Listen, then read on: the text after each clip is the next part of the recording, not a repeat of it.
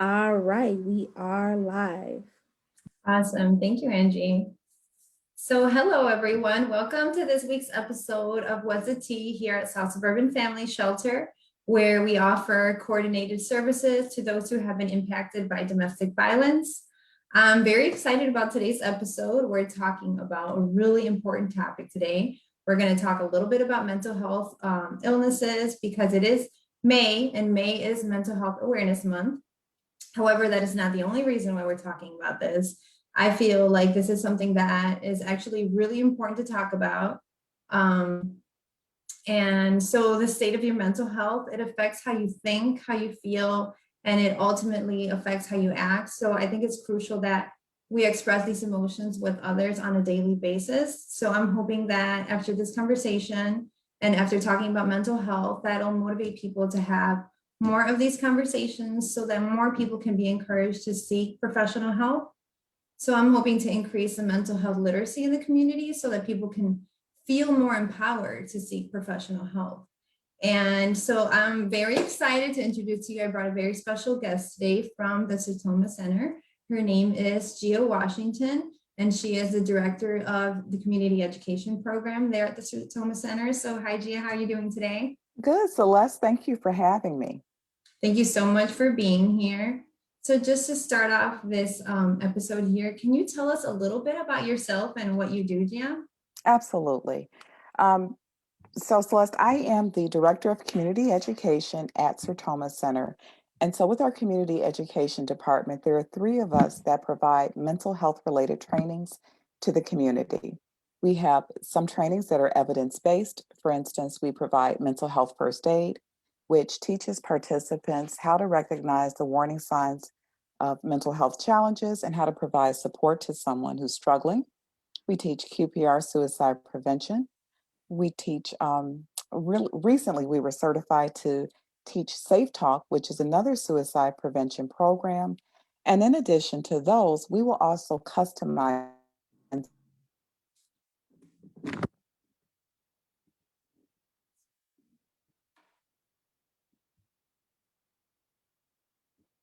I'm sorry, Jay, I think I'm losing you here.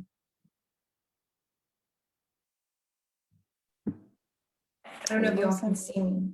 I'm sorry, I was losing you for a second. Did I talk over you?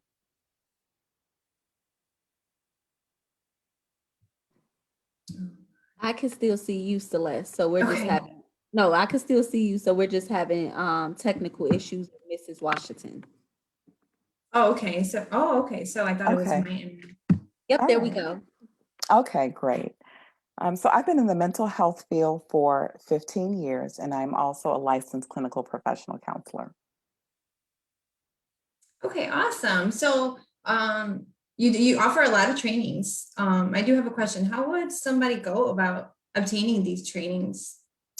They can contact us through our website, Sertoma Center, SERTOMACENTRE.org, and go to the Community Mental Health and Counseling tab, and then go under Community Education. And all of my contact information is there, or they can always just give us a call at 708-748-1951 and just ask for the Community Education Department. Awesome. Thank you so much for that information. I think that it might be helpful, any other agency, really anybody, it's very important to have this type of education and conversation on this topic. So can you talk to us? Let's dive a little bit into the topic of mental health. And can you tell me, what is mental health? What is a mental health illness? Sure. So when we look at mental illness, first of all, a mental illness is diagnosable. And Okay. so oftentimes, if we're watching television or we're watching people on the street, people will diagnose them. Oh, that person is this or that person is that. But a mental illness is something that is diagnosable, meaning that they meet the criteria to be diagnosed with a certain illness. So they have a certain number of the signs and symptoms.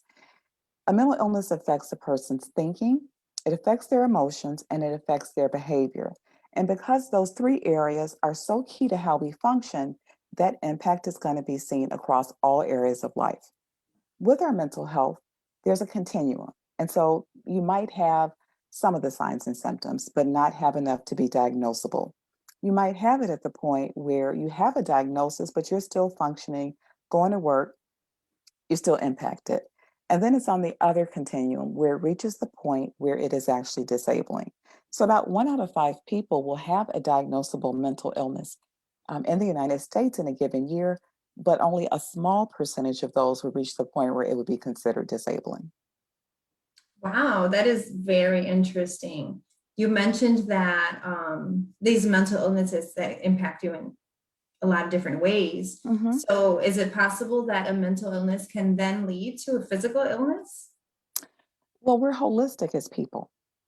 And so a physical illness can lead to having mental health challenges and having mental health challenges. For instance, a person who lives with anxiety, is more prone to developing some of the gastrointestinal issues. They're more prone to developing cardiovascular issues. And so it all kind of works together. Um, Wow. so one can Okay. definitely lead to the other. Yeah, But we also, definitely. I want to point out too, is that when we talk about like our mental health and we talk about um, physical health, mental health is a part of overall health. When you think about our brain is a part of our body, we want to normalize talking about what's going on with our brain as much as we talk about what's going on with the other parts of our body. I like that. I was watching a video and I found it so interesting what the person in the video was a TED Talk. And she said, sometimes when people with a mental illness, they get told, well, it's all in your head, right? So that's Mhm, very similar to someone who has asthma and they're being told, well, it's all in your lungs. mhm, It's still a different part of your body and it's still just as important. mhm. So that And it makes a is lot of just sense. as real. It is just as real. Just as real, exactly. And that's really interesting that a mental health illness, a lot of people, kind of differentiate mental health versus physical health, but they are very interrelated. Mhm. And somebody with a mental health illness is not going to be able to, take care of themselves as much, which can then lead to some type of physical illness as well. So I can definitely see that. You also have it where, for instance, if a person is living with depression, they may not have the motivation to participate in treatment if they have any illness. If they have a great deal of anxiety, they may not go to see a physician until things have progressed because they become anxious at the thought of finding out what could possibly be wrong.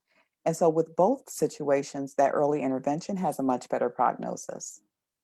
That makes a lot of sense. Yeah. So, what are some of those mental health stigmas that we hear in today's society? I know I mentioned one that some people say it's just it's all in her head. It's Mhm, just in her mhm, head. But what are mhm. some others that you've heard? I would say one of the biggest myths out there is that people living with mental illness are mass murderers. And it is so disturbing because when there has been like a mass shooting in the news, I've heard the newscaster say, well, of course, there's a mental health issue. But that is not statistically accurate. 94% of violent crimes are committed by people who do not have a mental illness. And that person who's living with a mental illness is more likely to be the victim than they are the perpetrator. They're more likely to be a danger to themselves than they are to someone else. And so that thought of this is what everybody with the mental illness looks like, or they're going to just go off, go shooting people, keeps people from getting the help because they don't want to be lumped in the same category as someone who would do something that's so devastating to a community. Wow, that is actually very eye-opening that 95%, 94% of people who commit those type of crimes Mhm, don't have a mental illness. So most of them don't have any type of mental illness. I bet you, mhm, I'm sure a lot of people watching this episode right now mhm, are pretty shocked, and I'm glad that you mentioned that. mhm, Is very important to know. And I can also see how people might have a hard time getting um, professional help or counseling or whatever kind of services when they're being categorized with those type of people. They don't mhm, they don't want to be in that mhm. category, and so they might not want to accept it. You're absolutely right about that. And then even you think about how supportive are people.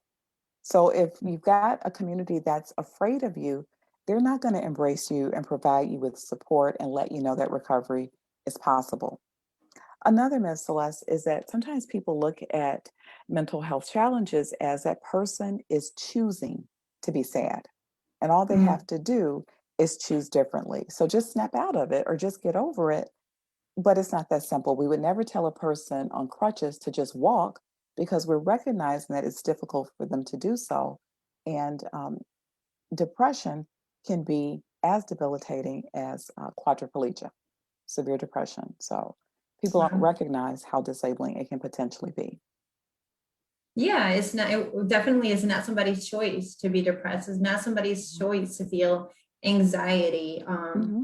I had a lot of people, and I know this is a topic we're going to get into, but during this pandemic and during COVID, I did feel like definitely my anxiety levels went up. Mm-hmm. And whenever, there's certain people that I've talked to that weren't very supportive. And I'm like, well, I can't do things like that because my anxiety will be, off the roof. I'm not going to do that to myself. And so they're like, oh, no, it's all in your head. Just, you can't be that way. Okay. So a lot of people just say that to you. A lot of people are like, well, just don't let it get to you. Just don't let that happen. It's not that easy. So I'm definitely putting myself in a situation where I definitely don't understand what somebody with actual anxiety is feeling. So it's not the same thing, but that's how I can relate. Mm-hmm. So let's talk about what kind of I know you did cover that a little bit, the trainings that you provide at the Sertoma Center, but what other kind of resources do you provide here for people with Well, mental at Sertoma, we have a community mental health and counseling center. illness? And so one of our biggest parts of that is our psychosocial rehabilitation program. And so what happens there is that individuals who have chronic and persistent mental illness will attend classes, and the classes are designed to equip them with the skills so they can transition out into the community. So they may learn things like medication management, communication skills, symptom management, healthy relationships, things that are going to make or skills that are going to make that transition a lot smoother.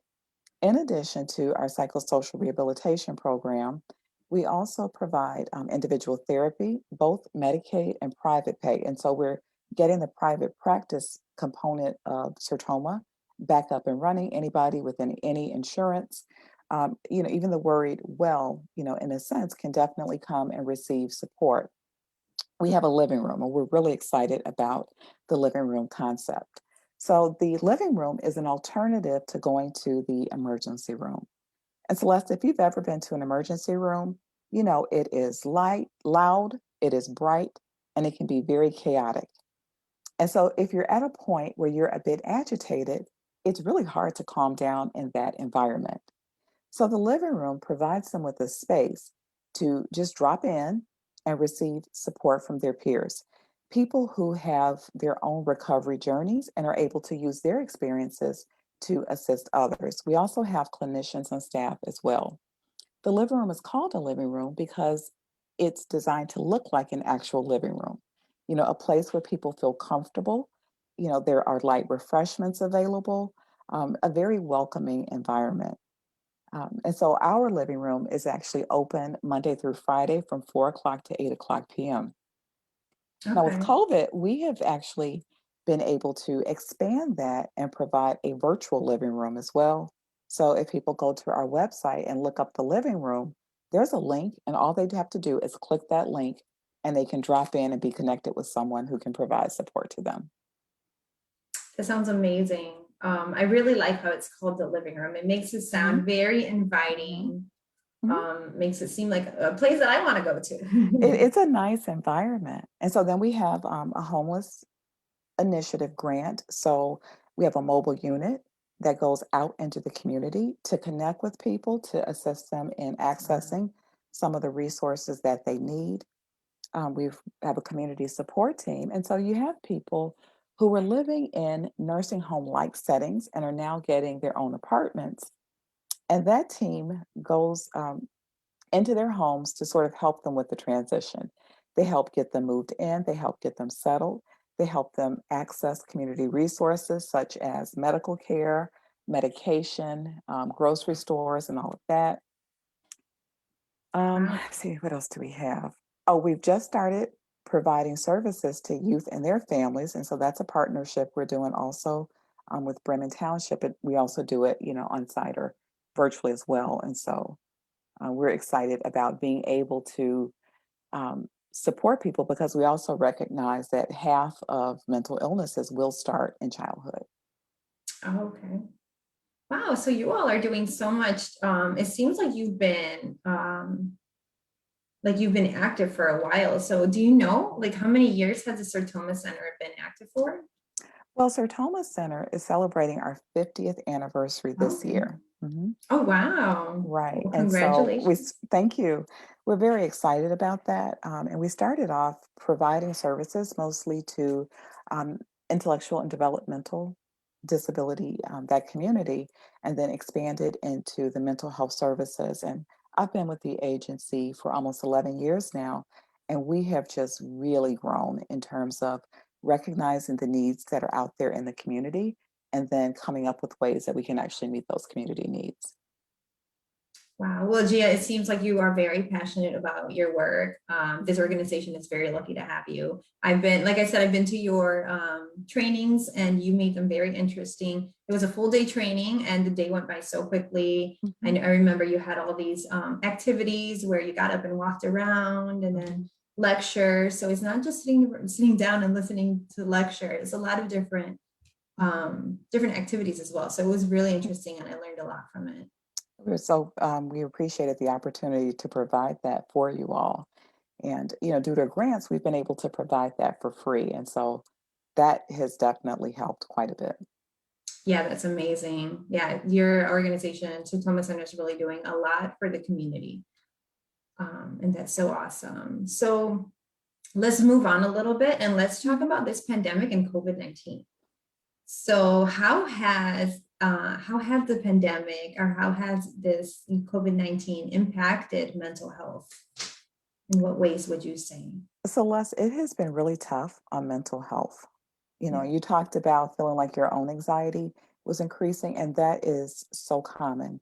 A lot of it is related to the unknown, and so, like, if you're a person who's a planner, to operate for 14 months and have no idea what's going to happen or when it's going to happen or what things are going to look like, if you're safe or if you're not safe, that can be really difficult to deal with. And so, we've seen increased anxiety. We've seen increased depression, where people have lost loved ones and haven't even had an opportunity to grieve. We've seen it where the isolation has also increased, like the use of certain substances, drugs, and alcohol, where people are self medicating, just trying to make it through day to day. The yeah, hospitals have had increases with youth coming in for mental health crises. The hotlines are reporting that on some days they're receiving 50 to 60 to 70% more calls than they received prior to COVID.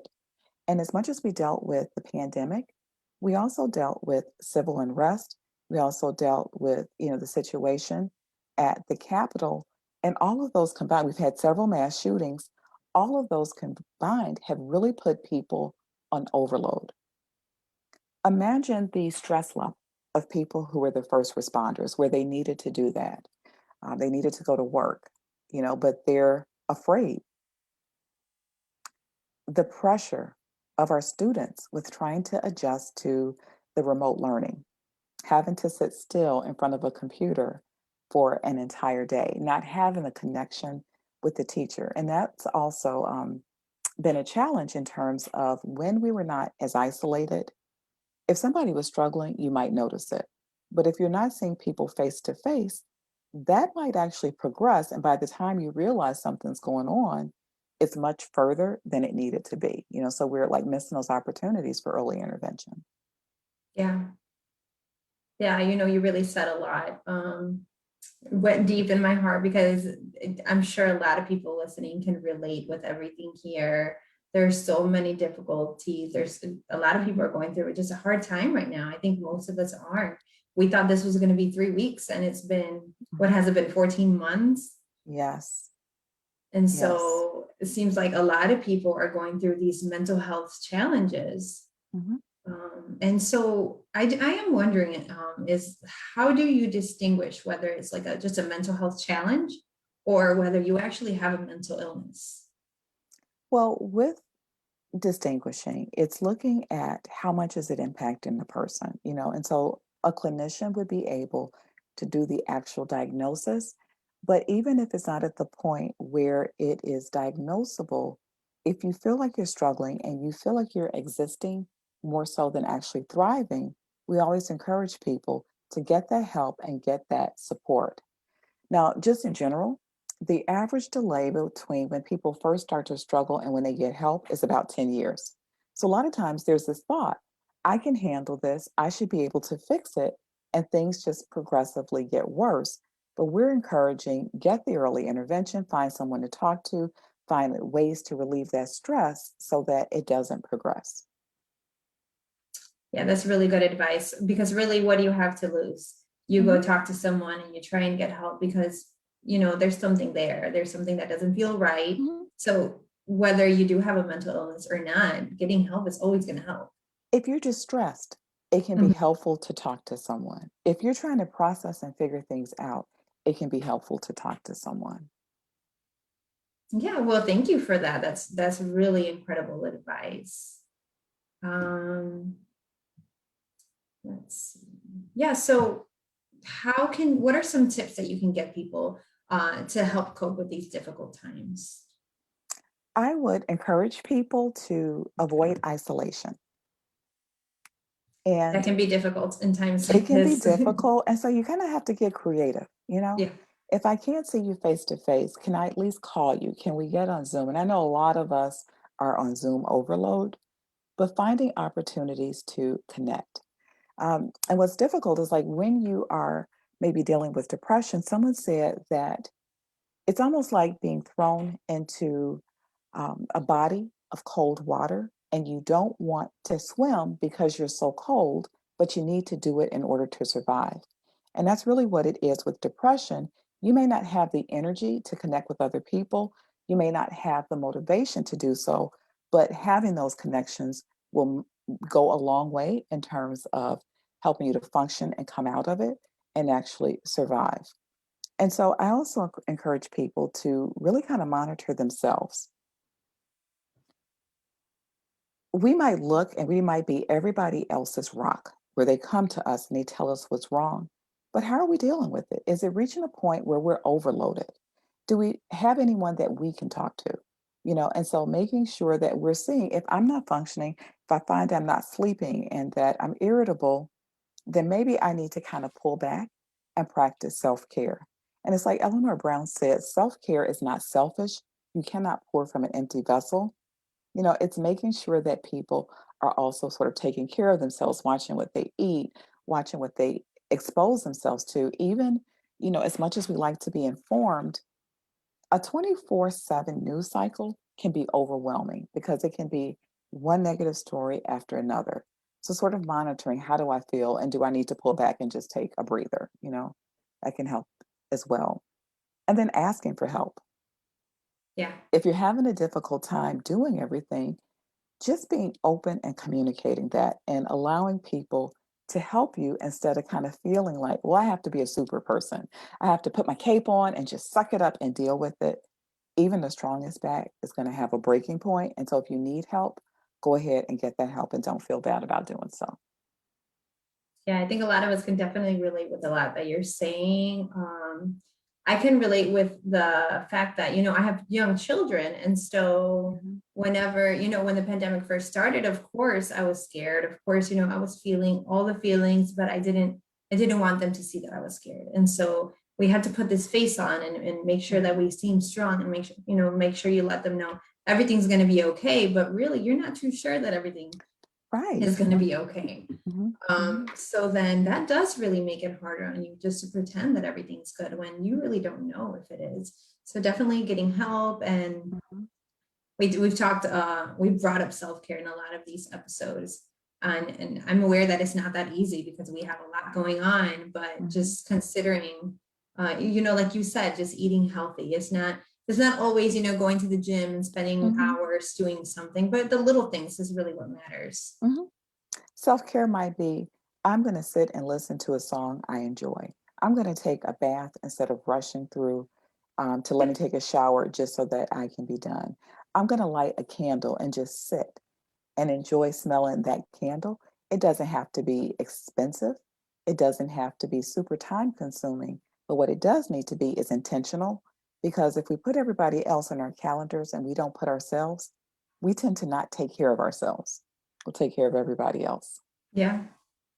Yeah, so I actually got a candle for Mother's Day. I've gotten into candles lately. Is not really something that I mean, I've had candles, but I would never turn them on. But these past 14 months, I've needed these candles. And I've had my candles, and sometimes I'm in a meeting all day and I'm like, let me open a door and just take a whiff, and it's nice. It is. But I was thinking too, Celeste, I think what else is important is for us to be kind to ourselves and to realize that what we're dealing with is unprecedented. Exactly. And so we're doing the best that we can. And so instead of going down the path of, I should have done this, I'm not doing that, is to really recognize what we are doing and recognize that we are trying, and to just have grace with ourselves instead of beating ourselves up. Yeah. Yeah. And so I do find myself, just giving myself a break sometimes. When I do feel overwhelmed, I'm lucky that I get to use my PTO at work. And, if I don't have a lot going on at work, I'll just tell my supervisor, I'm going to take PTO today because I do feel a little bit overwhelmed, or maybe there's a lot going on in my son's e-learning that I need to pay attention to and focus on. And that really helps. I think Thanks. some people haven't taken a PTO because, like, well, if I'm not traveling, but those can definitely be used for mental health days, Yeah, definitely. Mhm. And so what about, how do you support someone that, let's say you have a friend who might be going through or think they might be going through a mental illness? How can one be supportive? I think one of the ways that you can support a loved one who might be struggling is by being non-judgmental, not telling them how they ought to feel, not making it a bigger deal, but really allowing them to process with you, to talk to you, encouraging them to get that professional help if it seems like that might be something that they would benefit from, normalizing that.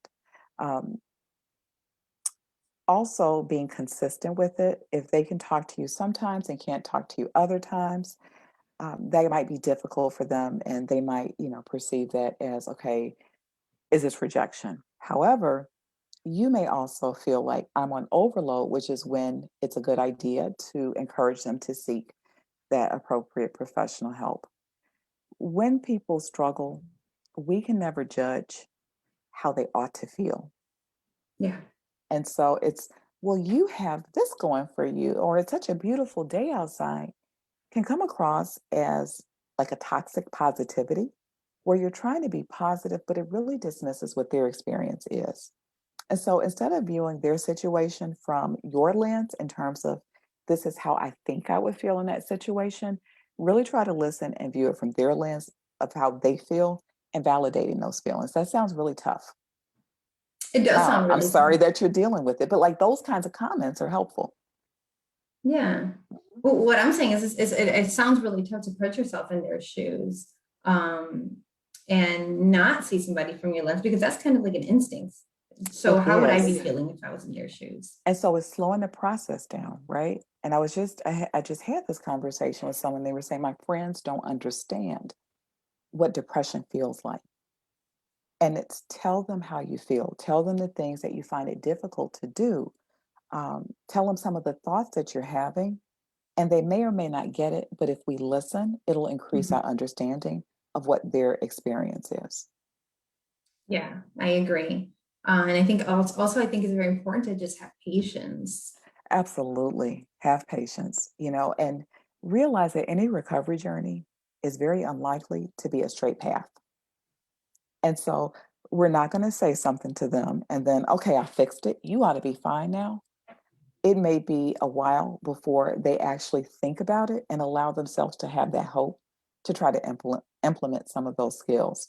They may seem like they're doing better, and then they start to struggle, but they can do better again. And so it's not getting frustrated and understanding it's going to take time Yeah. for them to kind of come out of it. And it may be something that they're living with that they're going to pretty much live with, but it's having realistic expectations, but also having hope for them as well. Yeah, a lot of time what somebody needs is somebody to listen to them, somebody who cares, and that could really just change somebody's day, even change somebody's life. Mhm. So that's really important. Mhm. Yeah, and the more you talk, the more I hear, and I know it's definitely not the same thing, but I do hear these correlations between, mental health illness and then someone who is in a domestic violence relationship, and how you say it's not a straight path. So even someone who's trying to get out of this domestic violence relationship, it's not always, a straight path. It's a cycle. It's something that, oftentimes about 8 times actually, a victim will go back to their abuser before actually deciding to leave. And You then as a counselor or as an advocate, you might feel, a certain way, like, wait, I have done all this for her or for him, and now they just went back. But you do really have to have patience. Mhm. Everyone has their own path. Everyone has their own path, and there are so many factors that people don't consider. I hear when they talk about even like domestic violence, well, I would just leave, or I don't understand why you didn't leave. And they don't Yeah. understand that the abuser oftentimes didn't just start abusing them, that there was a Right. whole process, Mhm. where they were isolating them, and then maybe it was verbal, and then it became physical once they didn't have that support network.